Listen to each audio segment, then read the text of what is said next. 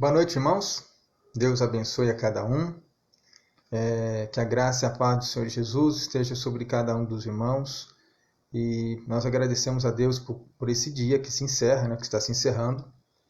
E somos gratos por tudo aquilo que o Senhor nos permitiu fazer nessa tarde. E por estarmos aqui juntos agora, por poder estar com os irmãos, mesmo que de maneira virtual, poder vê-los no final desse dia. Nós vamos então mais uma vez orar, pedir a Deus que nos abençoe.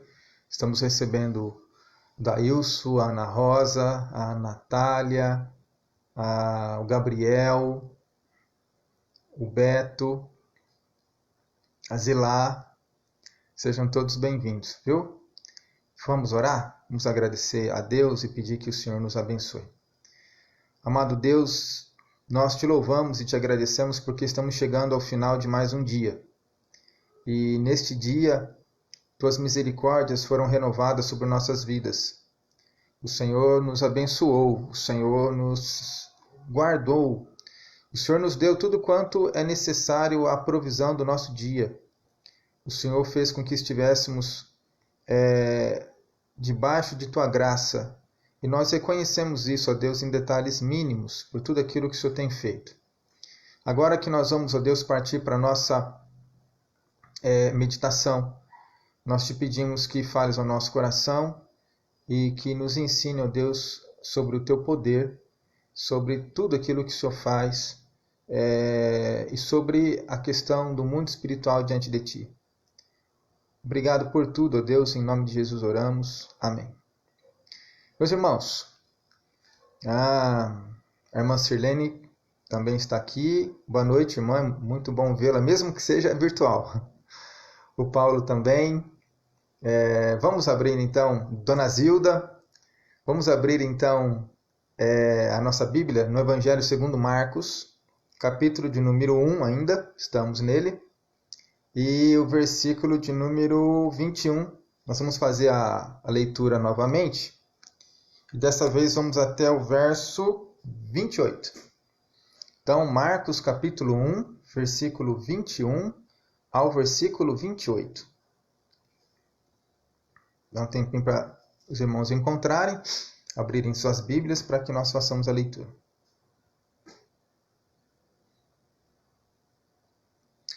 Então, Marcos 1, 21 a 28 diz o seguinte: Depois entraram em Cafarnaum, e logo no sábado foi ele ensinar na sinagoga. Maravilhavam-se da sua doutrina, porque os ensinava como quem tem autoridade, e não como os escribas. Não tardou que aparecesse na sinagoga um homem possesso de espírito imundo, qual bradou: Que temos nós contigo, Jesus Nazareno? Vieste para perder-nos? Bem sei quem és, Santo de Deus. Mas Jesus o repreendeu, dizendo: Cala-te e sai desse homem.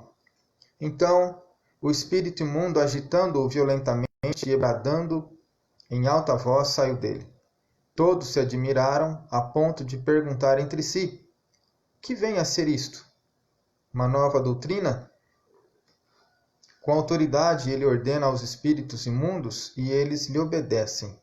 Então correu célere a fama de Jesus em todas as direções, por toda a circunvizinhança da Galileia. Novamente, nós nos deparamos com o relato de quando Jesus foi para Cafarnaum. E segundo o relato de Lucas, capítulo 4, que nos dá mais detalhes, Jesus tinha o hábito de ensinar na sinagoga. Então, ele se dirigiu com os discípulos, que até esse momento eram 4, né? Descritos aqui no texto anterior: Simão e André, que eram irmãos, Tiago e João, que também eram irmãos. Se dirigiram com os 4 para Cafarnaum, e aí foram entrar na sinagoga para ensinar. Nós já falamos disso ontem, da questão da autoridade da palavra de Deus, do método pelo qual Jesus ensinava, o que atraía muita atenção dos seus ouvintes. Mas hoje nós vamos ficar com a segunda parte do texto, que diz aqui a partir do versículo 23. 3, diz assim: Não tardou que aparecesse na sinagoga um homem possesso de espírito imundo, o qual bradou: Que temos nós contigo, Jesus Nazareno? Vieste para perder-nos? Bem sei quem és, o Santo de Deus. Então, Marcos diz que Jesus foi para uma sinagoga e ali ele começou a ensinar. Lucas nos ensina, quando você olha lá, que esse homem que estava aqui, estava endemoniado, vamos dizer assim, ele estava na sinagoga. E não, nem Lucas nem Marcos diz se foi no primeiro dia que Jesus foi para a sinagoga, se foi no segundo. Eles disseram apenas que ele estava ensinando na sinagoga e que um dos seus ouvintes, de repente, então, manifestou aqui essa condição. Um espírito imundo, no caso um demônio, estava ali utilizando a pessoa para manifestar ali a sua maldade e toda a sua rebelião contra Deus. E o verso 24 diz o seguinte, que o demônio olhou para Jesus e falou assim: Que temos nós contigo, Jesus Nazareno? Essa expressão, que temos nós contigo, é uma expressão idiomática, faz parte do contexto judeu. É uma expressão que está dizendo assim, o que você veio a fazer aqui agora? Né? Qual que é a sua intenção? A ideia é essa. Mas ele diz assim: Que temos nós contigo, Jesus Nazareno? Vieste para perder-nos?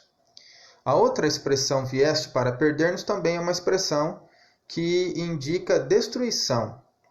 Então, o Espírito está olhando para Jesus e está dizendo para ele, a ideia é que não é que ele está olhando para Jesus e está reconhecendo que veio de Nazaré.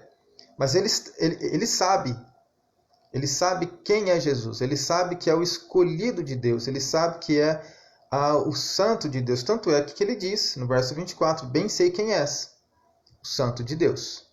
E quando ele fala, vieste para perder-nos, ele está dizendo assim, você veio, além de resgatar o perdido, você veio para nos destruir? Essa destruição é agora? Os demônios, assim como o diabo, eles não conhecem o plano de Deus. E eles não têm a onisciência.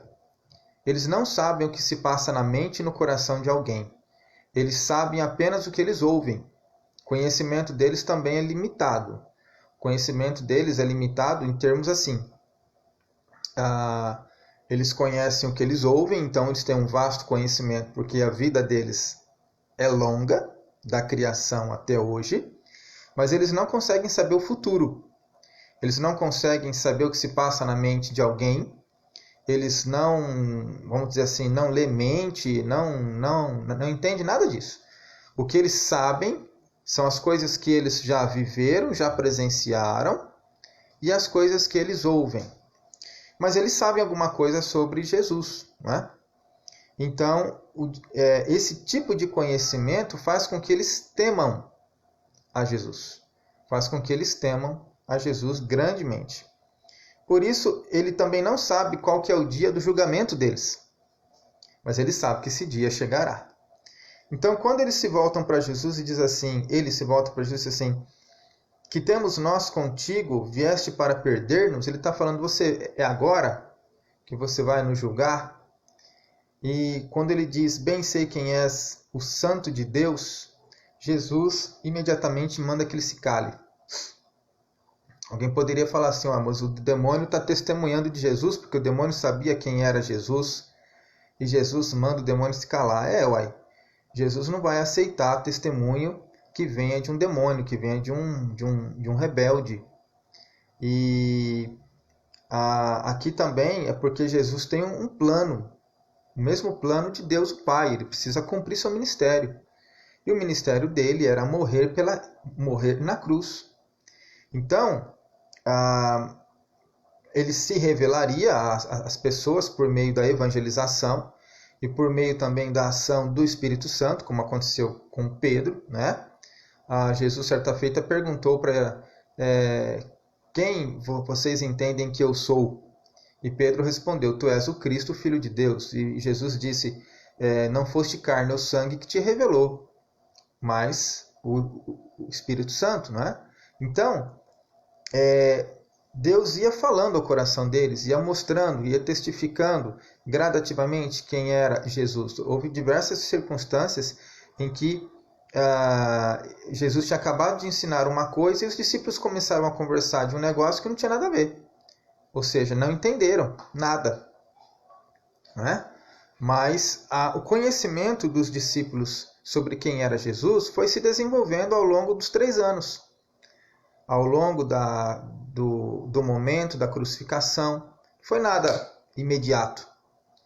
Mas aqui mostra que os demônios sabiam que chegaria o dia do julgamento, mas não sabia quando que era. Então ele faz a pergunta: vieste para perder? Chegou agora o tempo? E Jesus então manda que eles se calem imediatamente. E além de mandar que ele se calasse imediatamente, manda que ele saia, que ele deixe aquele homem imediatamente. E é o que ele faz. Ele agita a pessoa, ele dá um grito muito forte, né? E depois disso, o demônio abandona o homem que estava ali. Então, o verso 27 diz assim: todos se admiraram a ponto de perguntar entre si: que vem a ser isto? Uma nova doutrina? Com autoridade ele ordena aos espíritos imundos e eles lhes obedecem. Então correu célere a fama de Jesus em todas as direções, por toda a circunvizinhança da Galiléia. Uma das questões que muitas vezes os evangelistas utilizam para mostrar o objetivo daquela narrativa específica é introduzir uma pergunta, né? Por exemplo, aqui Marcos introduziu a pergunta. Todos se admiraram ao ponto de perguntar entre si: que vem a ser isto? Uma nova doutrina? Com autoridade ele ordena aos espíritos imundos e eles lhe obedecem. Os irmãos se lembram também que há outro lugar nos evangelhos que diz que Jesus acalmou uma tempestade. E assim que ele acalmou a tempestade, foi introduzida uma pergunta: quem é este que até o mar e os ventos lhe obedecem? Então essas perguntas elas têm um papel justamente de revelar o propósito do autor. Neste caso aqui, esta pergunta está revelando o propósito de Marcos ao escrever esta parte. Esta perícope aqui, essa porção do verso 21 ao verso 28. E, neste caso, essa pergunta ela está também sendo, embora meio que indireto, mas ela está envolvendo toda a narrativa. Desde aquele que ensina com autoridade, como também é aquele que ordena e os espíritos imundos lhe obedecem. Então, quem é esse? Se lembra que Marcos, na abertura do Evangelho, diz que este é o Filho de Deus. Diz que este é o Salvador. Então, ele está dizendo para os seus leitores: olha, este Filho de Deus, o Evangelho que eu tenho apresentado para vocês, ele é uma pessoa que ensina a palavra de Deus com autoridade, porque ele vive isso. E além de viver, ele compreende a nossa fraqueza e ele sabe exatamente como aplicar a palavra no lugar certinho. Uma outra questão: este é aquele que tem poder sobre os espíritos, sobre o mundo espiritual, sobre os demônios. Ninguém pode vencer Jesus nesse sentido. Os demônios não têm mais poder que ele, e muito menos pode mandar alguma coisa em Jesus. Pelo contrário, Jesus tem todo o poder sobre os demônios e eles sabem disso, não é? Então, é correto afirmar também que Jesus, como representante da divindade, tem poder sobre os demônios? É correto, logicamente, afirmar que tem poder também sobre o diabo. Então, quando nós pensamos assim, ou somos tentados a pensar que existem duas forças opostas, o bem e o mal, guerreando, e uma travando uma batalha de oposição contra a outra, não é bem assim que acontece. Porque o diabo ele não está em pé de igualdade com Deus. Ele nunca esteve travando uma guerra com as mesmas armas, ou em dados momentos ele supera a Deus em poder e vantagem. Isso não acontece. Na realidade, o diabo só faz aquilo que Deus permite. Deus tem também propósitos nessas questões, e Deus utiliza até mesmo a maldade do diabo, o querer do diabo, a vontade do diabo de causar desordem e rebelião, para dar lugar então aos propósitos dele. Então aqui, irmãos, não há em nenhum momento uma luta em pé de igualdade entre demônio e Jesus, ou entre o diabo e Deus. O diabo e os seus demônios estão completamente submissos e sujeitos àquele que criou todas as coisas, a Deus o Pai e a Jesus o Verbo encarnado. Eles estão completamente sujeitos. Quando Jesus ordena, eles vão embora. Se lembre também que há certas circunstâncias na vida que são atribuídas à ação demoníaca e diabólica. Acontece alguma coisa errada, uma pessoa cai em pecado, ou faz alguma coisa que não devia, ou presta mais atenção em algo que não agrada a Deus. Então, geralmente se coloca a culpa no diabo. A culpa é do diabo que fez com que o fulano, a culpa é do diabo porque seduziu Beltrano. Não é necessariamente assim também. O diabo tem culpa? Tem. Mas a Bíblia ensina para nós que a tentação provém do coração humano. Tiago diz isso. Capítulo 1 de Tiago, ele fala isso. Que a tentação provém do coração humano. E quando o homem se deixa levar pela tentação, então aquela tentação que nasceu da própria natureza terrena e pecaminosa do homem o leva ao pecado. O diabo pode potencializar o caso. Ele pode tornar essa tentação mais atraente, mas a tentação também tem origem no coração humano. Uma outra questão, o diabo atua sobre a vida de quem? Irmãos, quando uma pessoa ela está em completa rebelião contra Deus, ela se encontra debaixo da influência do diabo. E a Bíblia atesta isso. Quando nós abrimos Efésios capítulo 2, eu vou ler aqui.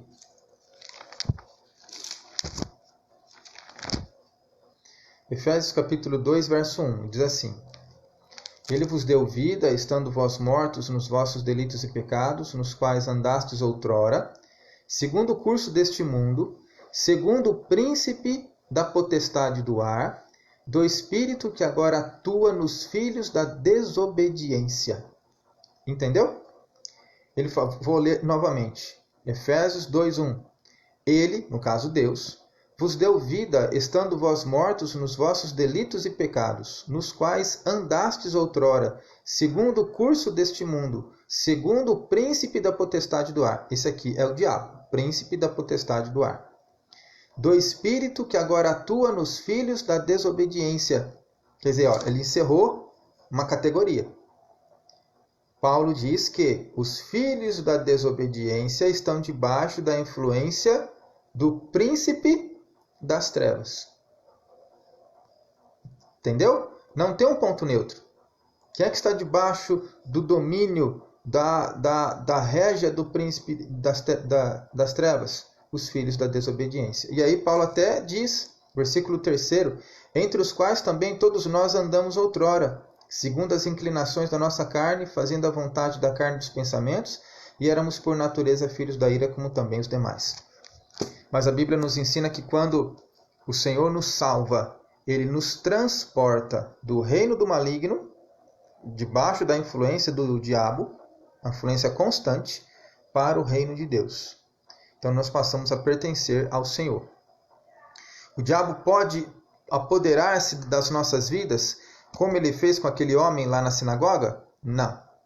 Porque uma vez que você crê em Jesus, você foi liberto dessa influência, dessa cegueira, desse controle do diabo. Você agora está no reino de Deus e ali o diabo não tem poder. Mas a Bíblia é clara em nos ensinar que quando nós somos rebeldes a Deus, rebeldes a Jesus, não é? E isso se faz quando nós não conhecemos a Jesus ou somos tardios em nos voltarmos com o coração e sinceridade para Ele, nós estamos debaixo do domínio do diabo. Então é muito importante nós entendermos isso, para nós podermos de fato nos localizarmos no meio de todos esses eventos que acontecem ao nosso redor. O diabo tem poder? Tem. Ele pode utilizar pessoas? Pode. Mas nem tudo que acontece de ruim é obra dele. Nem todo pecado que uma pessoa comete é necessariamente obra dele. Às vezes faz parte da tentação do coração do homem mesmo. Mas o diabo e os seus anjos ou os seus demônios estão completamente debaixo do poder de Deus. Ele não faz nada que Deus não permita. Ele não faz nada que Deus não permita. Se ele está fazendo alguma coisa, se o diabo está fazendo alguma coisa, é porque Deus permitiu. Se Deus permitiu, ele tem um propósito com aquilo. Ok? Mas é isso que nós precisamos entender. E se nós entendemos isso, nós não precisamos ter medo. Porque o povo de Deus, diz o texto, é o povo de Deus. Pedro fala disso. Povo de propriedade exclusiva do Senhor, a fim de proclamardes as virtudes daquele que nos chamou das trevas para a sua maravilhosa luz. Primeira carta de Pedro, capítulo 2, verso 9. Então, irmãos, o povo de Deus pertence ao Senhor. Não tem por que ter medo do diabo e seus anjos, porque eles estão debaixo do controle do Senhor. E eles não fazem nada que o Senhor não permita.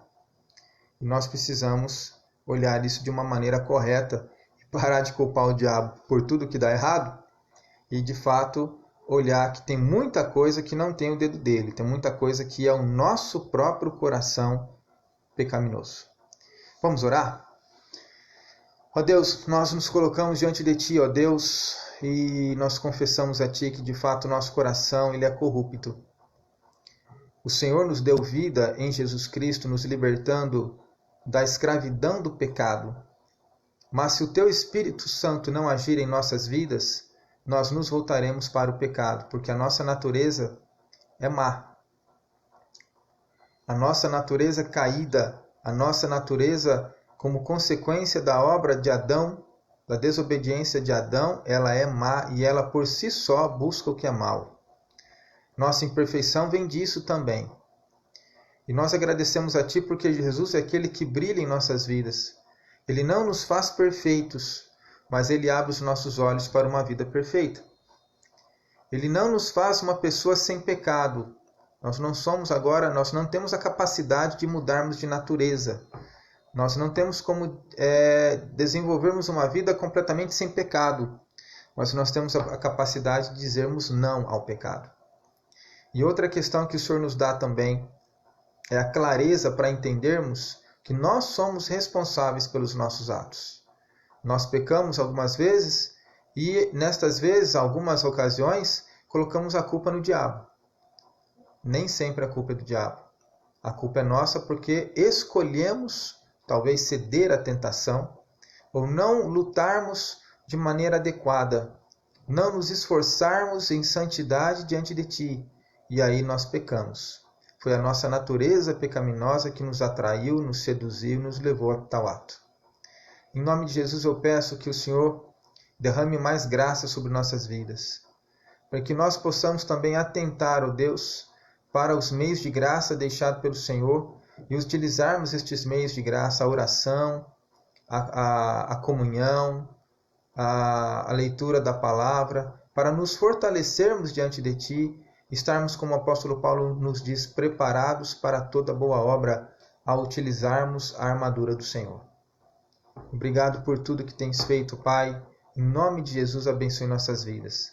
Faze com que possamos, ó Deus, vivermos em novidade de vida, assumindo, ó Deus, nossas falhas na presença do Senhor, mas também abandonando as mesmas para a honra e glória do Teu nome. Em nome de Jesus nós oramos. Amém. Meus irmãos, eu queria, antes de nós encerrarmos, dar 2 avisos. O primeiro diz respeito à questão do estudo bíblico. Então, às 8 horas, eu estarei colocando nos grupos no grupo de oração do WhatsApp e também no grupo do WhatsApp de informação. O vídeo acerca do estudo bíblico de Apocalipse do capítulo 12, tá? Então, nós seguiremos estudando o capítulo 12 agora de Apocalipse através desse vídeo. Então, não será aqui pelo canal do YouTube, será não será pelo canal do Facebook, será pelo WhatsApp da igreja, os dois, que nós estaremos participando desse vídeo. A segunda questão, eu gostaria de convidar os irmãos a nós fazermos um propósito. Eu gostaria, irmãos, de convidá-los a fazermos um jejum domingo. Pelo menos, eu sei que não são todos que estão habituados à prática do jejum, então eu gostaria de convidá-los para que façamos um jejum das 8 da manhã até o meio-dia, para que nós estejamos na presença do Senhor, orando, colocando nossas vidas diante de Deus, suplicando a Ele por todo esse contexto que temos vivido, não só a questão do coronavírus em si, mas também toda essa turbulência financeira que muitos estão vivendo hoje já e que tem ameaçado o futuro da nossa nação. Nós precisamos nos pontuar com relação a isso. E nós fazemos isso através da oração. Então, domingo, a partir das 8, nós estaremos jejuando até o meio-dia. Como é que nós faremos? 9 horas eu farei a escola dominical normal, não é? O estudo da escola dominical. E meio-dia eu estarei entrando novamente pelo Facebook, fazendo uma pequena devocional para nós entregarmos esse jejum. Mas é pequena mesmo, tá? Para nós orarmos e entregarmos esse jejum. E eu convido os irmãos a participarem dele. O relógio de oração mantém do mesmo jeito, nos mesmos horários, não muda nada. Apenas nós estaremos acrescentando o jejum ao relógio de oração no domingo, das 8 ao meio-dia, ok? Deus os abençoe, tenham todos uma boa noite, tenham todos um bom descanso. Daqui um pouquinho, às 8 horas, vocês estarão assistindo então o vídeo do estudo de Apocalipse. Até amanhã cedo, às 7 horas. Um abraço, irmãos. Deus abençoe.